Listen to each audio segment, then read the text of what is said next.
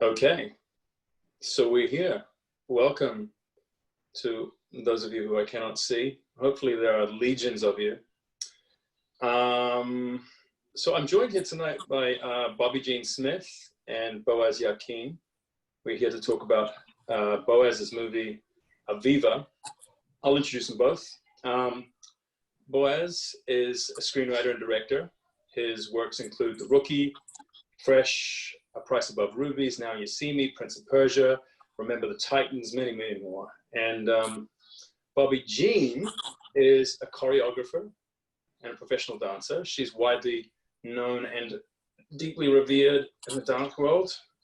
She's perhaps best known for her work in Arrowed, which she performed with, I should say Arrowed, with Oscar Isaac, and she's the subject of the 2017 documentary Bobbi Jene.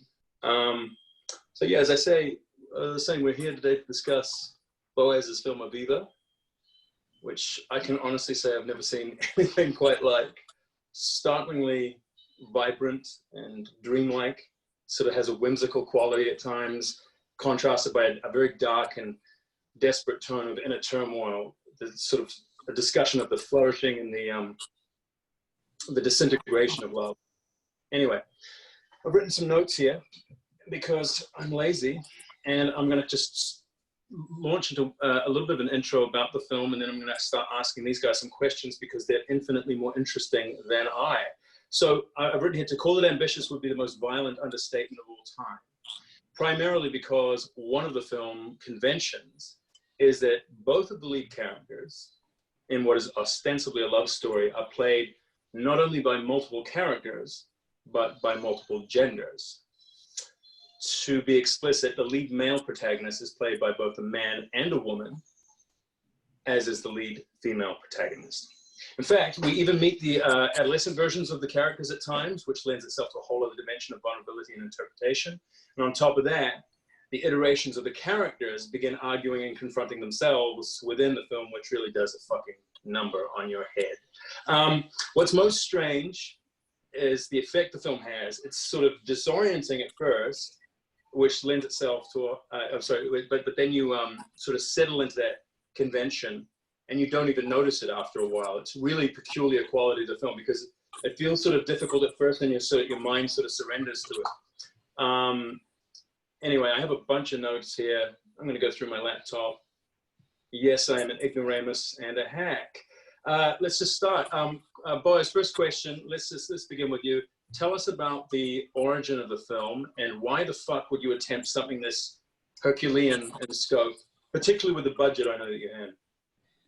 Well, first of all, thanks for doing this, Daniel. And aside from all of those other credits, one of them is that you're one of my very good and dearest friends, and I really appreciate you doing this with Bobbi and me.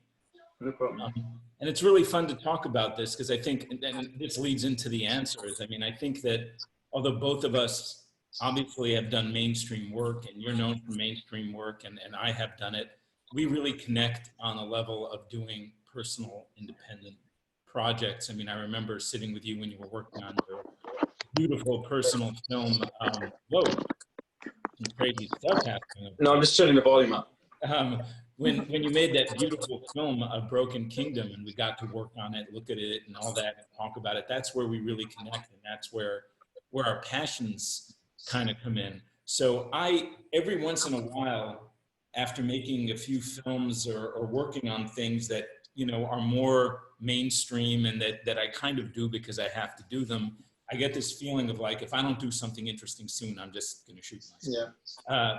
And I had been wanting to do a movie that dealt with, you know, the masculine and feminine imbalance in the self. Yeah. And it's something I've experienced in my life, and that a lot of times when when one doesn't get along with their partner and we think we're not getting along with our partner, we're actually struggling within our own balance, right? And so I wanted to do this, and I wanted to make a movie where the lead character was played by both a man and a woman. But I didn't really have a way in, and at the same time, I'd also wanted to make a dance film or a film with movement in it for quite a while. And I was having coffee with an old friend of mine, Lewis, who wrote this movie called The Last Dragon, who used to be a dancer. He was in that movie Fame. And I was telling him about both these ideas, and he was like, why don't you make that the dance movie? Oh, that's so cool. And I had been thinking about that a little bit. You know, sometimes a friend says something and it was like a door opened. Yeah. I realized it gave me a license to do anything and try anything, like no rules, no boundaries. So I wrote it very, very quickly. And I'll just say that one of the things that gave me the confidence to do it was a very dear friend of mine had seen Bobbi Jene's documentary, or the documentary about Bobbi Jene, I should say. Bobbi danced in a great Israeli dance company called the Batsheva Dance Company. And when she left it, they made a documentary about her called Bobbi Jene, basically coming back to the States and kind of finding herself as an artist again and so on. And when I saw clips from that film, I knew that I couldn't make Aviva without Bobbi, and we started talking about it even before I finished the script. And her style and her energy really influenced the way the film turned out. So that was sort of the beginnings of it, the origins of it. Yeah, well, you sort of stole my next question, which was me asking Bobbi ultimately how she became involved. Do you remember the first conversations about it, Bobbi? Did you have any reservations? Like or did Baoz have you at hello? He had me at hello. Really? Don't I remember. Don't bullshit. What? This sounds like truly difficult. Did he really? No, I mean, when we first met and he proposed the idea, and he hadn't finished the script yet, so I was already intrigued with his dream of kind of making this narrative film combined with dance, and I had never heard of anything kind of like that, especially for a long time, and it all seemed, you know, very inspiring. And then I read the script and I knew I really wanted to do it. Yeah, he's a pretty fucking amazing writer. Hey, Bo, you sort of touched on something before, and I'm really interested in it. Like, I've written here, the movie masquerades as a chaotic love story, but there's this exploration of gender as a construct and as an essence. And you just sort of touched on it before, but why was this important to you to approach it from both the masculine and the feminine? Honestly, from a personal place, it's just something that, you know, that I've dealt with throughout my adult life, and I've seen how it's affected my relationships, you know? And I think that one of the mistakes that a lot of us make is that we associate, because we have masculine bodies or feminine bodies, that we associate gender with only this aspect of ourselves. Right. But the truth is, whether you're straight or gay, or trans, or in a bisexual relation, whatever it is, all of us are dealing with the masculine and feminine balance or imbalance inside of us. And it affects our way of dealing with other people in ways that we don't understand unless we start examining that. So I had seen this movie that I really loved a long time ago by Luis Buñuel, the Spanish surrealist. Yeah. He made this movie called That Obscure Object of Desire, where he cast two young women as the same young woman. And he just haphazardly changes them. It's funny that you bring him up, because today was the first time I saw Buñuel in the work. Sorry to interrupt you. But yes. And he does it in order to disorient you and make you feel like you'll never get to know this person, right? So every time the older character who's having a relationship with her meets her, it's like a different actress. Now, what he never does is have them on screen at the same time. Right. So I wanted to take it a step further and go with this theatrical concept of showing two people playing one person. But I didn't want to do it the way like you see it in Fight Club or a movie like that, where like one of the characters is in the person's mind. Right. You know what I mean? And it's like the person is hallucinating the other character. Right. I wanted to do it like, no, it's a piece of theater and two actors are playing the same person. If other people are in scenes with them, they'll just talk to both of them. And sometimes three of them are in scenes together, and sometimes all four of them are in scenes together. And sometimes one of them is having a relationship with someone outside of that. Like, so to me, it was just a very theatrical concept, you know? Yeah, I've written down here, like in my notes from last night, I've written so much of the film is about the concealed and the shame, the innermost. I've written particularly our character's sexuality or expression thereof. I've written here, as a society, we're so ashamed of our real desires. And I guess I want to ask you, was this a very deliberate decision on your part to walk us through, you know, committing to it in this way? Yes, I mean, I wanted to basically not let myself, and obviously by extension the characters, off the hook for the choices or lack of choices that they make based on, especially the main character, based on his and her insecurities or frustrations with himself. I wanted to not let myself or anybody off the hook with that. Yeah, it's definitely confronting, and I mean that in the most wonderful way. Actually, this kind of leads me into something that I wanted to talk about with Bobbi a little bit. Actually, I've written here. There's something unbridled about dance, which lends itself to the primal being. It's truly confronting. I've written here in the best way, and it made me think it's possibly one of the reasons that cinematic musicals have all but evaporated. And by musicals, I mean song and dance, you know. And I've written this abstract discussion of the human psychological underbelly. Today, we seem unwilling to confront what's going on beneath. I mean, notably, we had, you know, Gaspar Noé's Climax, or in the more commercial sense, you have La La Land, but using dance as a device within movies, it just seems so few and far between right now. So I guess, Bobbi, my long-winded way of getting to a question to you is, I guess it's a two-part question. It's like, why do you think dance has receded so much in cinematic expression? And secondly, from your perspective, do you think that dance needs to assert a new definition and presence in film? Good question.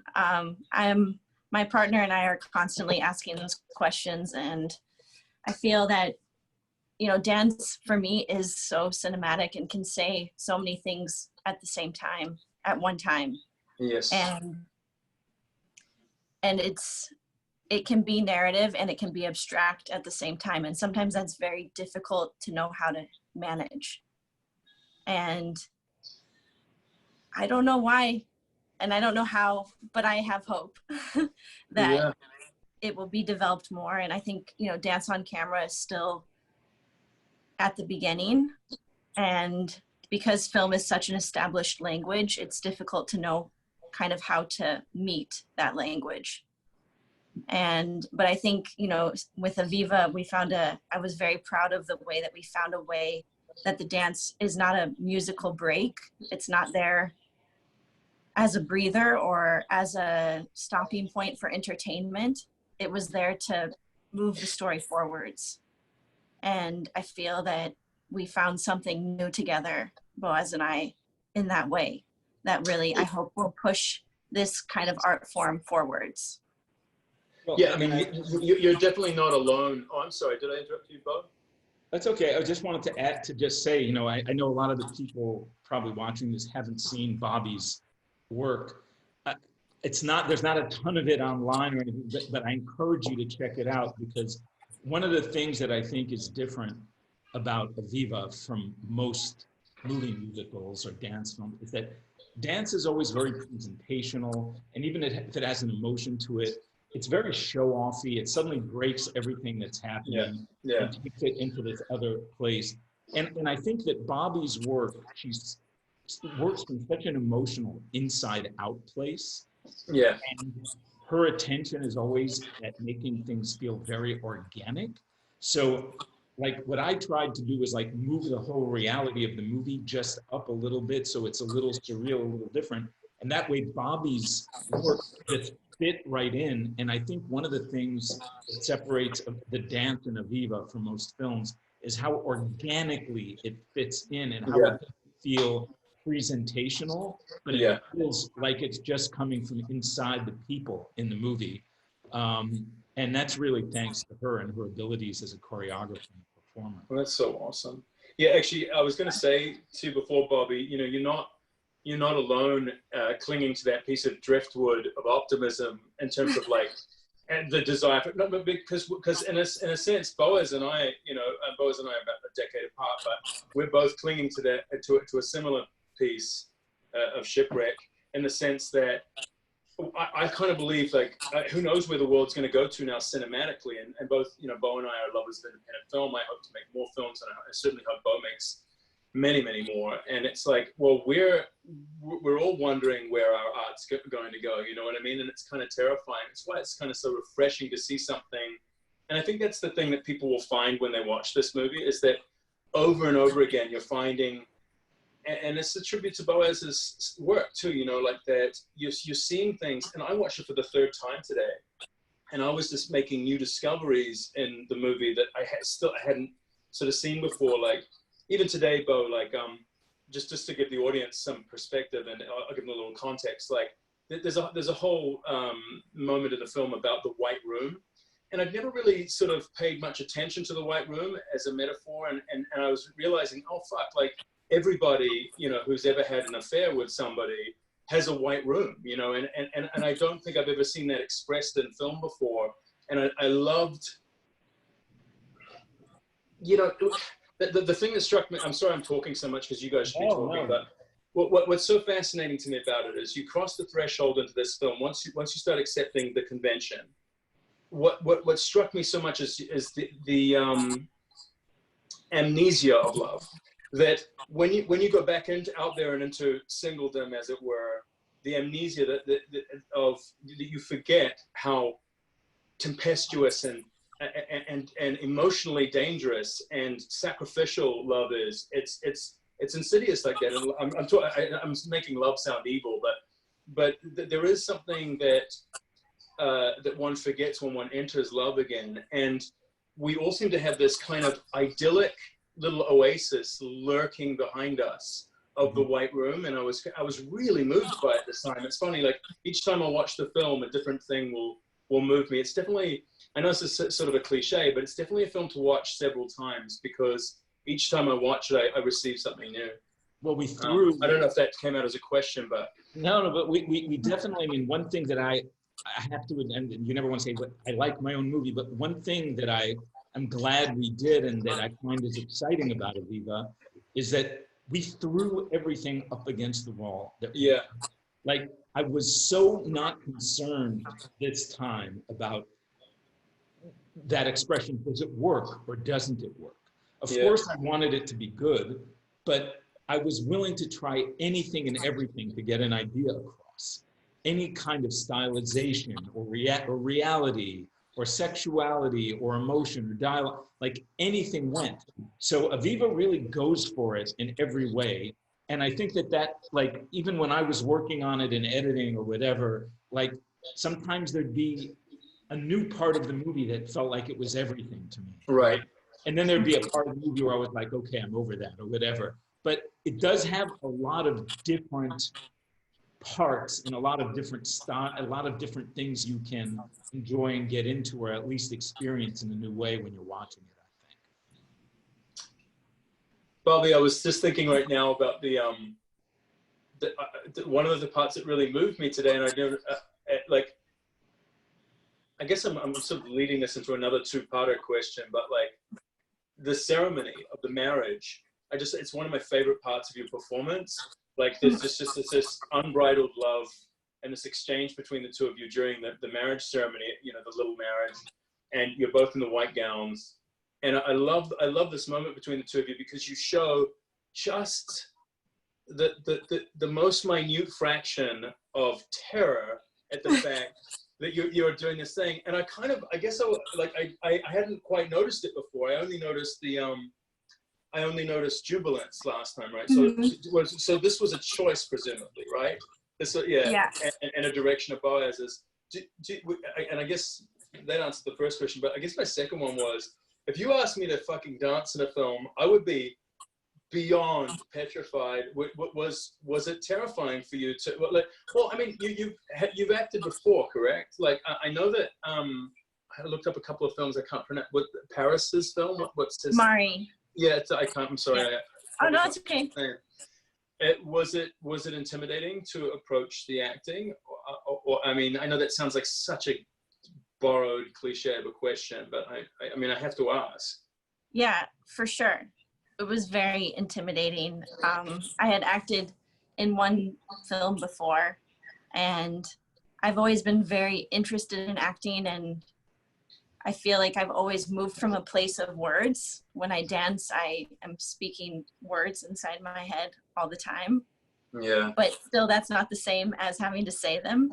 So I think we were all very intimidated, but we were all in this, we were all in it together. And Yeah. Baoz was there to support us and guide us, and we are very lucky for that. Yeah. Well, It was humbling also, you know, like to be given the chance to try something new with your art. That's all you want. And maybe you're gonna fall flat on your face, but we wanted to go for it. And I think that, you know, Bobbi and or her partner and the actors who played the main characters in Aviva, who were primarily dancers, all dance and come at their performance from this very emotional place. So for me, with this movie, it was more important that they be present and emotional and connected to what they were feeling, rather than it be, I don't know, like some modulated, very skilled performance. Not that they don't, it's a different style in a way.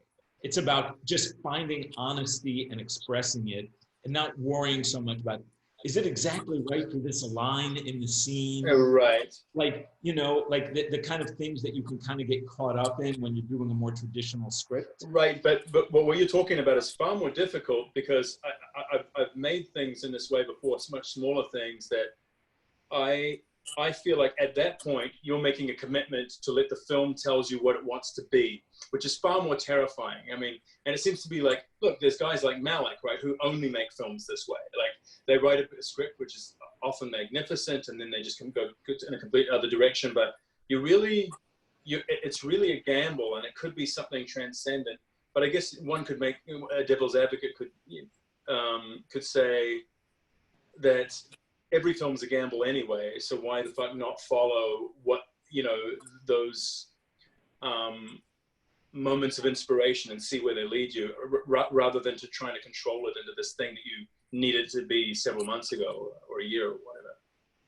Yeah, I mean, and look, and the other thing too that was just really helpful for us is that, you know, Aviva is a movie, as we didn't really get into it, but it's got a lot of sexuality and a lot of nudity, a lot of sexuality, a lot of really exposing oneself. I mean, it's an unrated film. And it's very hard to get people who aren't comfortable with their bodies and haven't worked with each other. I mean, all of our main cast were either friends or in relationships with each other already. So we were able to find, you know, it's not that it wasn't sensitive and that it wasn't challenging and that, but to do the kind of work that we did with the sexuality and the nudity and the physicality, without it being dancers and people that really could go there, it would not have been possible. We would not have been able to pull it off. It's interesting you say that, because, you know, one of the things that the film conveyed to me on my last viewing that I was really prevalent was this energy of the film at war with itself, which again I haven't seen very much, and it was kind of like your own questioning of your own creation, and not in a neurotic, almost adorable sort of Woody Allen-esque way. It was more like, because you weren't using sort of cute convention. Well, look, when I believe the name of the actor is Tyler. It's Tyler, correct? Tyler Phillips. Tyler Phillips, who does a magnificent job, you know, playing Eden. And Tyler, you know, addresses the camera at a certain point, and but he does it several times. Bobby, you're dancing in the background, distracting, and he keeps telling you to stop, you know, in that one particular scene. But I loved seeing the film almost this inexorable discussion that it has to have with itself because of the path that it's taking and the torment, right? I mean, to me, that's kind of like the height of vulnerability. I mean, look, Charlie Kaufman does it with almost all of his films. You know, he almost always has a discussion somewhere in the middle where he starts to say, like, what am I doing? You know, I mean, look at adaptation, you know, but this was so unique because it sort of seemed to flow out of the action. It didn't. Whereas Kaufman's films the film seems to stop and derail momentarily and then get back on. This sort of almost flowed out of the natural chaos of the narrative. Suddenly the characters are questioned, like they almost want out of jail. They almost want to get the fuck off the train, but they can't, you know? And it's kind of, and that's kind of love, you know? I think that was what I found most heartbreaking about it, was it wasn't the most pleasing vision of love. It was talking about what, you know, as I said before, the disintegration of it, but it does it, but also how elevating and holy it can be as well, and how sort of dishonest we are. I feel like that, you know, that dance was the perfect expression for you because we're sort of always masks, right? We're always masked, and there was just something so naked about, I mean, I'm using that metaphorically because it was quite literally naked at times, but like, it was, you know, there was a nakedness to talking about feeling doomed within love. Mm-hmm. Sorry, I went too long. No, I love that. Rendered everybody silent. Beautifully said. I'm sick of hearing myself speak. Bobbi, talk to me about the choreography. Like, how did you, how do you even fucking begin this? I mean, there's some of the numbers are so stunning. Like when the two protagonists are talking online and you can hear this kind of romance happening, and then they're alone in this warehouse and there's inches between them, but you can see that they're falling in love. And I mean, that was just inspired. Anyway, sorry, like, how do you share the choreography with anybody else? Was it all you? Like, how did you even approach this? Yeah. Did Baoz say what he wanted? What? Yeah, so all of the dances were written already into the script when we received it. And it was very clear for me, you know, it's almost like Baoz choreographed them. Oh, wow. He says, don't say that. But in a way, like when I read the script, I could see, I didn't know how I was going to do it, of course, but I could see the dances. And my husband and I choreographed them together. Oh, wow. I didn't know that. And we built it a lot with the people that we made them on. So, you know, it's very collaborative. It's not as if we come in with, you know, some steps and then we teach the steps. We are like working with them. They're making sometimes movement. It's very collaborative. And we just got working. We had 6 weeks to make everything. There were 10 dance numbers. And yeah, each one had its own little process. Of course. So sometimes, like, for instance, Zina, who plays Aviva in Paris, a lot of that was her improvising down the street. And I would kind of give her words or guidance of different qualities of movement, and then she would go for it. And then we talk about it and she'd try again. But then the bar scene was very choreographed and nothing was improvised. And no, it's beautiful. I love all the glasses going under the table. And even the way Bo shot it over the table, I love that. Yeah. She wanted that shot the whole time. Of course she did. Until we got that shot. Yeah. So it was a trip. It seemed, when we started, it seemed completely impossible. And I had never done something like this before, and I didn't know how we were going to pull it off. But then slowly, it was just step by step and just staying focused and going. You must be so pleased because, I mean, both of you guys, like Bo, I hope this doesn't feel like a betrayal, but I kind of want to let the audience know a little something, and you're probably going to beat me up after this. But look, I would like to share with the audience that, first of all, the reviews are stunning. Like, and everything I'm reading is like, oh yeah, like this person really gets it and wants to get it. For as challenging as the film is and as confronting as it is, people are walking away from this film and not only understanding it, but also recognizing how unique and beautiful it is. And it makes me so very happy.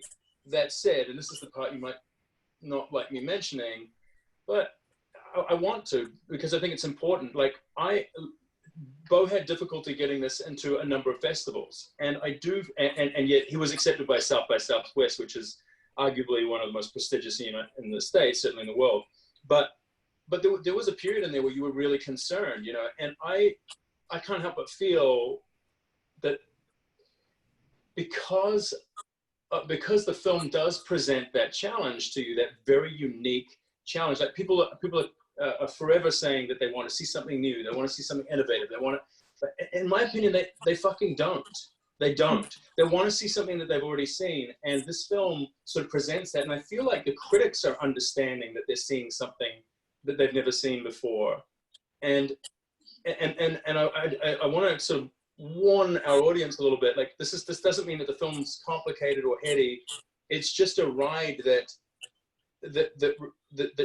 demands of you that you sort of go on the ride. You're as strapped in as they are, from the very outset, And I don't know. It's funny, I feel like with a lot of films, and not especially a lot of American films, but sometimes you just want to be entertained, right? You just want to watch. Right. You can, and I think Aviva's super entertaining, especially because of the dance sequences and everything. But I always notice my own body language, like with a lot of the movies and the shows that I get. You can sit there and watch it like this, right? Like it's giving you, it's putting everything in your lap, right? It's like you're like this when you watch it. And every once in a while, I'll watch something really interesting, like whether I put on a Bergman movie or whatever it is, and suddenly you find your body going like this, and you suddenly find yourself watching a movie or whatever it is like this, and you realize that it's making you work a little bit. That you can't just sit there and take it like this, that you need to engage with it on some level and work with it, or you're just going to tune out. And that's really something that I wanted to achieve. And that's really something that I think we managed to do here. And when you do that, you always run the risk of a lot of people just going, you know what, this isn't, I just couldn't connect to this. This isn't for me. And I'm okay with that. Once in a while, you have to make something that is really personal and interesting to you. And if not everyone is on board, then not everyone is on board, But I have been excited that the people who are liking it, most of the, like you said, the reviewers, whatever, not all, but most, really connected to the things that were important to us in it, and that feels really good. We've been talking a while. What were you going to say, Bobbi? No, I remember, Boaz, in the beginning, we had a lot of conversations, before we started filming, and kind of both agreeing that we'd rather, really go for it and either have people really love it or really not like it. And that's the chance we take. Do people who are watching have questions too? Yeah, let's jump into that. Oh boy. Now, I'm a little bit technologically challenged. Can you see questions, Bob? I'm not sure. Can you see questions? I can see some questions under the Q&A. See, I can't, but I'll let you, if you can see them, I'll let you freely answer them, because I can't adjudicate at this point, I'm sorry. From Galaxy 2SO5G, that's an interesting name. How does the filming of this movie correlate with those whom you have known personally? Well, it's a very personal movie, and obviously I've drawn on my own relationship, parts of my own relationships and things I've experienced. But I hesitate to call it purely autobiographical, and I would say that because it is a work of fiction, and that like the minute you start writing the thing or you start making it, suddenly like your responsibility becomes focused on the thing you're doing rather than on what your life was or whatever your experience was. And your collaborators like Bobbi or the actors that are in it start to add in their personalities, and so it becomes this collaborative thing, new experience, So it draws on a lot of my personal experiences and feelings and all that, but it becomes this other thing once we're doing it. You know, I'm starting to feel like Zoom might be the way to go. We've got like 2,500 viewers out there. It's nice. Maybe this is the way to go. Maybe this is the, you know. Wait, Bobbi, did you figure out how to get to the questions? Did you figure it out? No. There's a little Q&A button on the bottom of the screen. Oh yeah, I've got mine on the top. There we go. There's my Q&A. So if I go boom, oh, there we go. And pick questions that you like. Oh yeah. Anyway, Bo, you're the best one to choose a question. Yeah. Bobbi, Well, Bobbi, you check. You choose. You choose. You choose one, Bobbi. See if you can No, find no. it. Come on, do it. Okay. Like I had to get drunk to do this. That's how nervous I was. I'll just hey, by the way, from Amanda Lacha. Okay. He writes, how long does it take to write a movie like this, one so deeply personal? Well, you know, I always hesitate to say how quickly or slowly I've written something, because sometimes when you write something really fast, people, you just, as a writer, you go, someone's going to go, if you say you wrote it in 3 weeks, someone's going to say, yeah, it looks like you wrote it in 3 weeks, you know? So you want to say, I took a year, but then you feel like that's all you got for a year's worth of work. Because this was so personal, once I got the idea, it flowed out very fast. It flowed out in about a month. And of course I did some revisions and things, but it flowed out very quickly once I had the idea and once I understood what I was trying to do with it. Hey, I've got to do a quick plug, by the way. Hey, so folks that are out there, because while we've got 2,500 of you, you've got to go, if you want to stream the film, you have to go to rafaelfilm.org. I'm going to spell it out for you. RAFAELFILM.org. I'm going to say it again. The name of the film is Aviva. And with these two marvelous people, and it's rafaelfilm.org, RAFAELFILM.org. Go stream it. Wait, when can you stream it, Bo? I'm sorry? When are you able to stream the film? Oh, now. Perfect. Go now. Actually, Go don't now. stick around for this. Stick around for the rest of this thing. Go fucking do it, or I'll come out and murder you all. All right. I will say this, because I know a lot of people are tuning in because they love and appreciate Daniel's work. Maybe you don't know a lot about Aviva, but it's a very loving, gentle movie in some ways, but definitely not safe for work. So if you're with mom and dad and stuff, like I would just say separate rooms for sure, because it could create some embarrassing moments.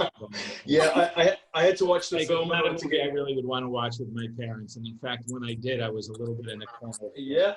You know what I mean? Yeah, I don't think my parents have seen it. No. It's funny. So I was getting ready for the questions today, and I had to watch the film, and I had to shut the doors because my kids kept coming in and out, like my 5- and 6-year-old. By the way, Bobbi, people are writing in here, Daniel and Bobbi have chemistry. I'm just saying, it's not a big deal.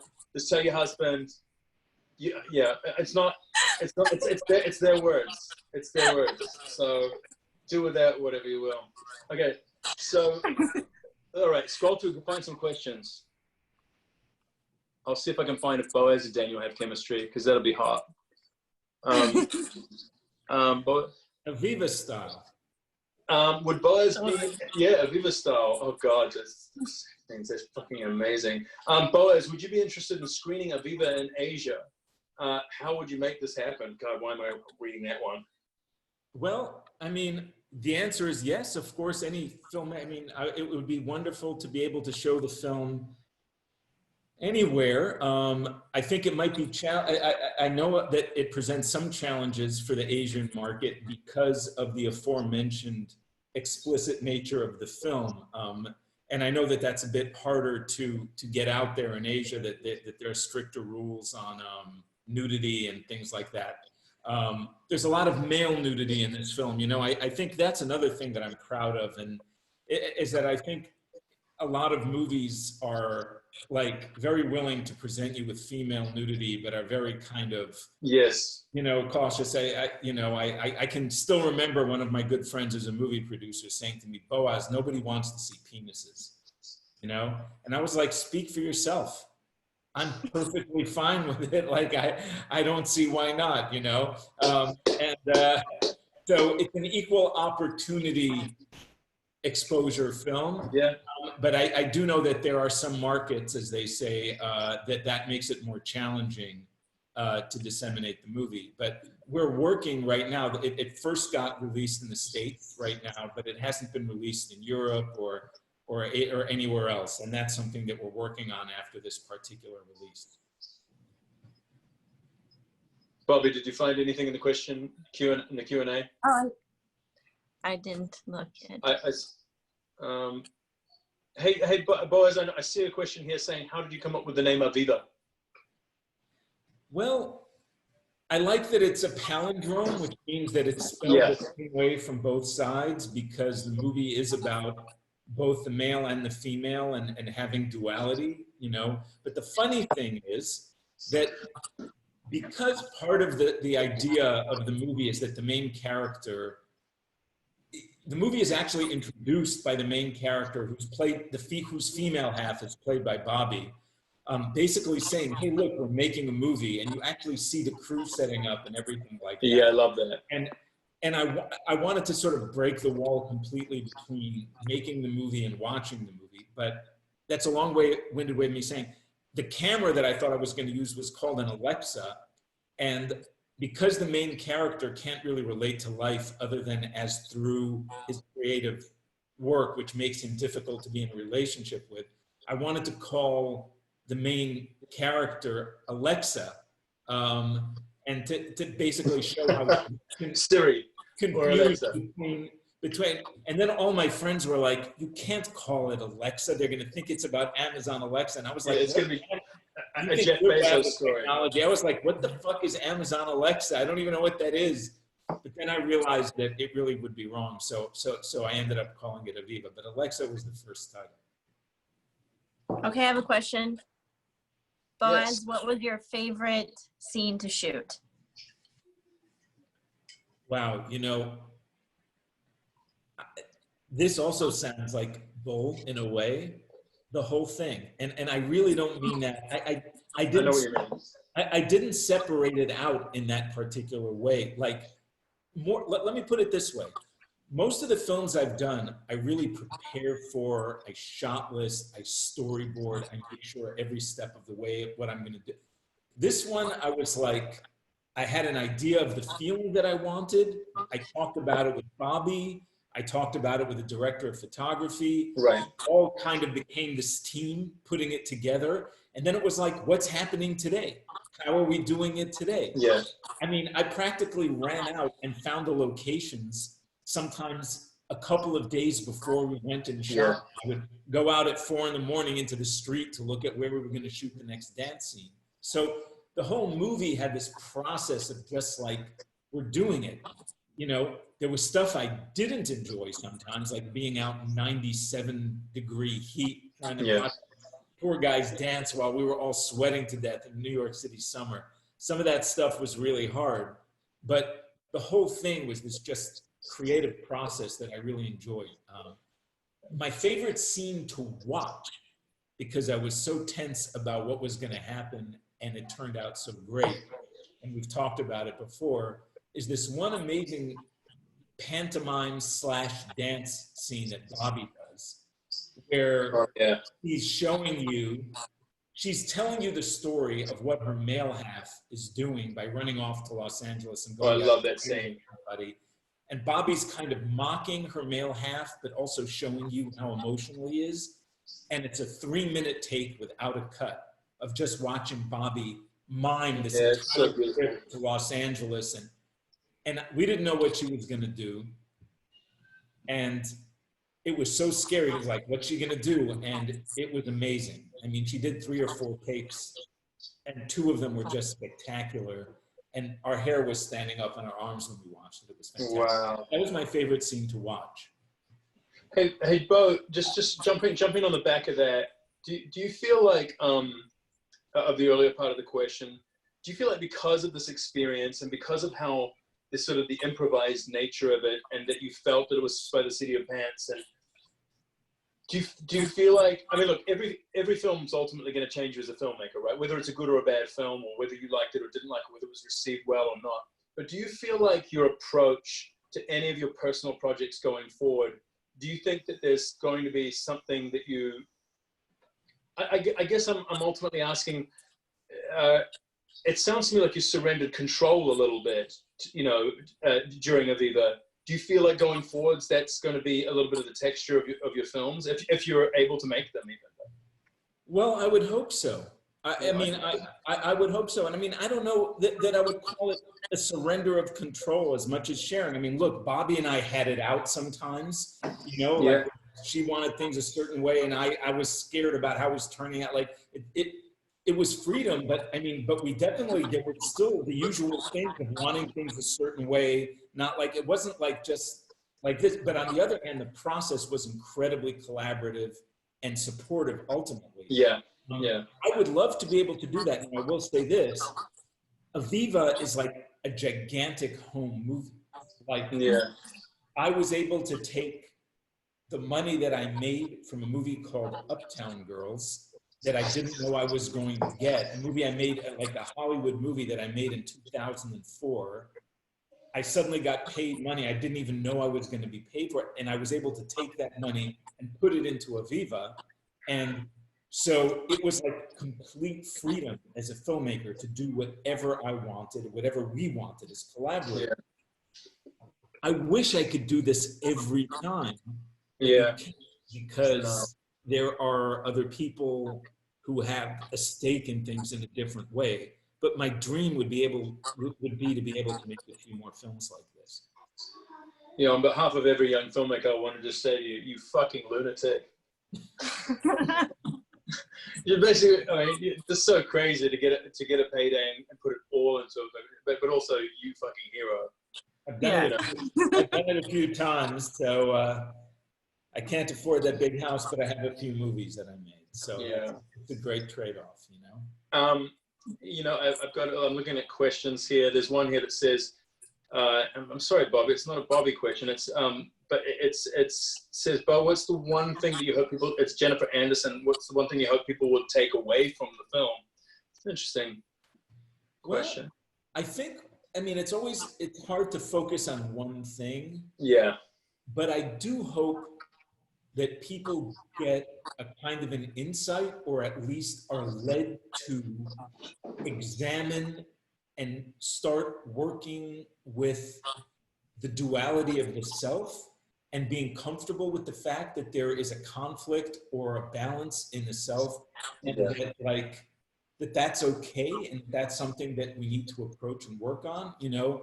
I feel like, you know, it's funny because I've heard a lot, you know, this term people use a lot these days, gender fluidity, right? Yes. And it tends to mean like certain things to certain people or whatever, but I feel that everyone is gender fluid, right? Whether you're straight or gay or trans or whatever it is, and that the only reason that we have such trouble with other people in a way is that we're so uncomfortable with our own gender fluidity, and that if we were able to just embrace that, we would just not see other people as so other types. Yeah. You know, every football jock is gender fluid. Yeah, you know?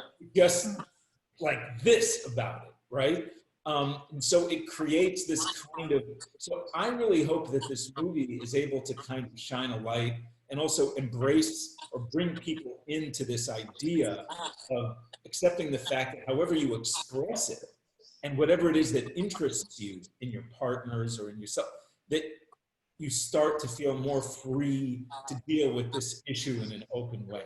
Right, and I feel like the dance is the best expression of getting you closer to that, you know what I mean? Like dance might actually be the bridge between like a regular, say, had this just been an idea about a love story being broken. I feel like dance is the best expression. I mean, I know I'm sort of reiterating and probably flogging a dead horse here, but I do feel like for as sexual as society is right now, we're sort of, like if you look at pages of an Instagram, for example, like girls are just applauded and they own it. Women, you know, basically own Instagram and it's theirs. And the amount of performatively sexual content that you see, like it's like a shield almost. Sex is used as sort of, it's almost weaponized. And so there's this discussion of what sex is that's sort of presented to society. But what this movie does, and this is another reason why I urge people to see it, is it just shows a person, not just sexually, but like emotionally, in their most hopelessly vulnerable place, and like showing and displaying the kinds of things that we don't even admit to ourselves. And I think that's kind of one of the most triumphant aspects of the film. Anyway, I'm talking too fucking much. And you know, just one thing I'd like to say, which is, you know, Bobbi's work in the past and now, aside from this film, is incredibly vulnerable in a way that most people's performances aren't. Physically, nudity, emotionally, sexually, anger. Bobbi, what is it about going to that place of vulnerability and taking away, you know, because a lot of dance, I mean, it's not that Bobbi's dance isn't performative, but it's so emotional and raw. So many people use the arts, whether it's writing or dance or whatever, to do what you just said, Daniel, in a way to create a wall of some kind, or at least a performance of it. Bobbi, why is it so important for you to take that away and to focus on the essence of the thing? Like, what is it that you feel brings that out? I think something that I'm very curious about is the way that, you know, like society and kind of what you were saying, Daniel, of like what we kind of see as sexuality or sexy or what's attractive, and how we can, I know that I have been, you know, asked to, you know, do a certain move while I'm wearing a red bikini. Let's just say that. And that's like sexy. And a lot of times, you know, we will be asked to, you know, like connect to your sensuality when you dance. And there's always been this inner voice in me of like, well, do you actually want to see what's sensual? Because I bet it doesn't look as sexy as you think it looks. And I bet it doesn't look as beautiful, as a cliche beautiful as you think it looks. And trying to show that kind of raw emotion. And the minute someone dares to show something vulnerable, it is the most beautiful and sexy thing and powerful thing someone could ever do. That's words for every artist ever. I mean, come on, that's beautifully said and beautifully put. Like that's kind of the goal to like, and you're better than most of us, Bobbi, because to strive for that and kind of being unafraid of how hideous it might be or how diminishing it might feel in the moment, just to talk about that, like to sort of stand squarely on the earth and say this is kind of me with all of my foibles, and it's really pretty, and if it doesn't resonate in a true place for you, don't fucking do it. You know, anyway. Guys, should we wrap this up? We've done an hour. I feel like we should. I want to just remind everybody again, because I'm not very good at plugging, or maybe I'm obnoxiously good at plugging, I can't tell. Guys, if you want to stream the film, this is Aviva. It's a stunning piece of work. You've never seen anything like it. The dance is magnificent. My kids are running around, but their dance is magnificent. And the film is truly as uplifting as it is heartbreaking, but I really recommend it as an adventure in cinema. RafaelFilm.org, that's where you can stream the film. It's Rafael, R-A-F-A-E-L, film, F-I-L-M.org. I hope you can understand my stupid accent. Stream the film, go get it, all of you. Thank you, Daniel. You're Thank the best. you, everyone. Thank you, everyone. Thank you, Daniel. Thanks, guys. Oh, we got 3,500. Wow, we climbed. All right. See you later. It was Bob. Thank you, everyone. Thanks, everyone. Much appreciated. Bye.